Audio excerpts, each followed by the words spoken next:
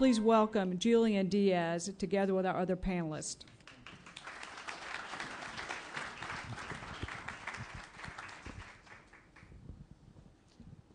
Thank you, Maxine, for that kind introduction. I very much appreciate it, and I'm certainly very happy to be here today to exercise the relationship between ULI and the real estate department at Georgia State University. As I understand it, our charge today is to present a local perspective on the national expectations that have been outlined in the Emerging Trends report.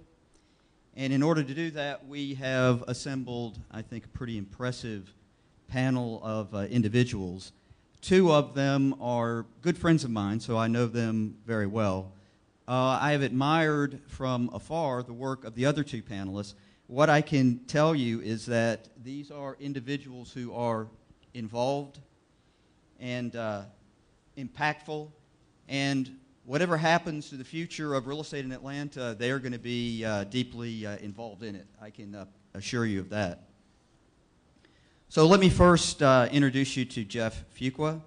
In Atlanta, Fuqua means Sembler, and Sembler has always meant award-winning, creatively designed, environmentally sound retail development. Always has, always will.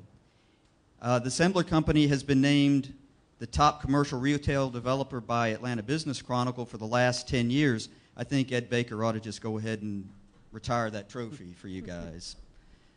Jeff joined Sembler in 1988, I believe, as a leasing representative. And in 1992, he became a senior vice president when he moved to Atlanta to open up the company's regional offices and take charge of the operations in the Southeast. In 1997, joining the board of directors, Jeff was promoted to president of Sembler's development division in charge of all the company's shopping center development activities across the nation. In 2007, Jeff was named president of the Sembler Company. Jeff graduated from the University of Denver with both bachelor's degrees and master's degrees in real estate finance and development. And it is my firm belief that under Jeff's leadership, Sembler has become what we could call a consummate real estate retail developer. My pleasure. It's very, very good to have you here, Jeff. Thank you very much, Julian. I also believe that in John Dewberry we have what we might call the consummate real estate entrepreneur.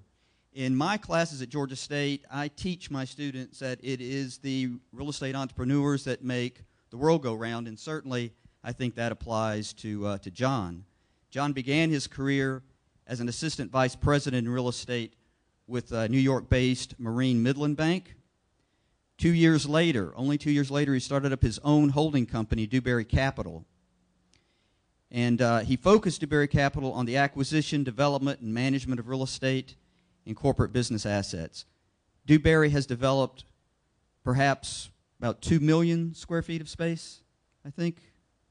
These are big numbers. I've published 30 papers. He's developed 2 million square feet of space. So, and I think he owns real estate that is slated to host about $5 billion worth of development.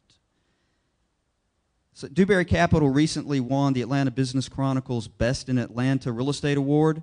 John himself has been called Mr. Uptown in the capital city of the South by CNBC. And Fortune magazine has made note of what it called his hugely successful career in commercial real estate. John graduated from Georgia Tech with a BS in industrial engineering, and he's been richly honored by his alma mater for his activities while he was at Tech and after Tech as well. I really do teach my students that real estate entrepreneurs make the world go round, but I also teach them that it's the capitalists with their money that make the entrepreneurs go round. So I think it's important that we have a consummate capitalist with us, and we do. My friend Jeff Warwick is certainly what I would consider the consummate capitalist. After about 19 years, or excuse me, he's been about 25 years in banking, 19 years of that with BOA and Bank of America and Merrill Lynch. Since 2005, he has served as the market executive, running the commercial real estate business for the Mid-South region, in charge of delivering the full range of financial services to the middle market private industry sector. Prior to his current role, Jeff was managing director for the National Structured Real Estate Division, where he pioneered the national capital markets, REIT IPO, debt originations, and led the industry recapitalization efforts. Before joining Bank of America, Jeff managed national real estate workout teams and ran a real estate redevelopment company. Jeff graduated from Georgia State as a real estate major and has remained actively engaged with us. He is a member of the Real Estate Honorary Board at Georgia State University, has taught a graduate level course in real estate finance, and is a Robinson College of Business Honors Program mentor. He is also a Distinguished Alumni Award winner. The real estate department really doesn't have a better friend than Jeff, and I can say the same thing for me. I don't either, Jeff. Thanks. Well, we've got a consummate developer, consummate entrepreneur, consummate banker. All we need to round out our collective expertise is a consummate deal maker, and that's what my friend Mike McDonald is. Mike, for those of you who know Mike, you probably know that he grew up in a baseball family, and he loves the game. In fact, that's how Mike and I really got to know each other very well, when he and his wife Stephanie and my son used to go to the Braves games in the 90s. But it was on his high school baseball team that he earned the nickname Pizza Boy because he always delivered. And I think we can clearly say that Mike is still delivering. He's widely considered one of the leading investment sales professionals in the Southeast, and over the past 5 years, he has been involved in more than $5 billion of transactions across just about all the entire real estate food groups.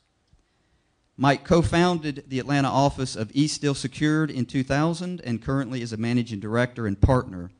Prior to his association with Eastdil, Mike was a president of Ben Carter Properties, where he focused on office and retail investment sales, acquisitions, and office and retail development. Mike received his BBA in Banking and Finance from the University of Georgia and a Master's of Science in Real Estate from Georgia State University.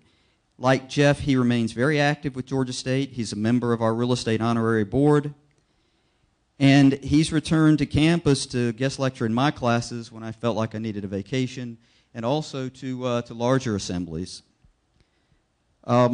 Mike was my student at Georgia State, and I've always been proud about that.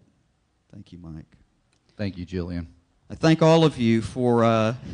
Can we hug? That's a nice introduction for all of us. That's later, yeah, behind the curtain. I want to thank all of you for being here today and sharing with us your experience and the wisdom that you have gleaned through all the years of your experience as we try to reach for insight about what's going to happen in the Atlanta real estate market. Let me just roadmap for you real quickly what we're going to do. We're going to basically discuss the Atlanta, and we'll bring the Atlanta real estate market. We'll bring the audience in on strategic times, and if we have any time left over, and I'll depend upon help from my handlers to let me know how we're doing with time, then we'll have some questions and answers. But let's just go ahead and jump into it. There is a quote from the Emerging Trends report that I'd like to read right now. It's after 3 years of dislocation and delaying unprecedented losses, the U.S. real estate industry finally sees some hopeful signs in 2011 of tempered improvement across all markets and property sectors. I think this is something that all of us probably have got some opinions on, but I'm going to ask you, Mike, and then others can jump in. How does that apply to Atlanta?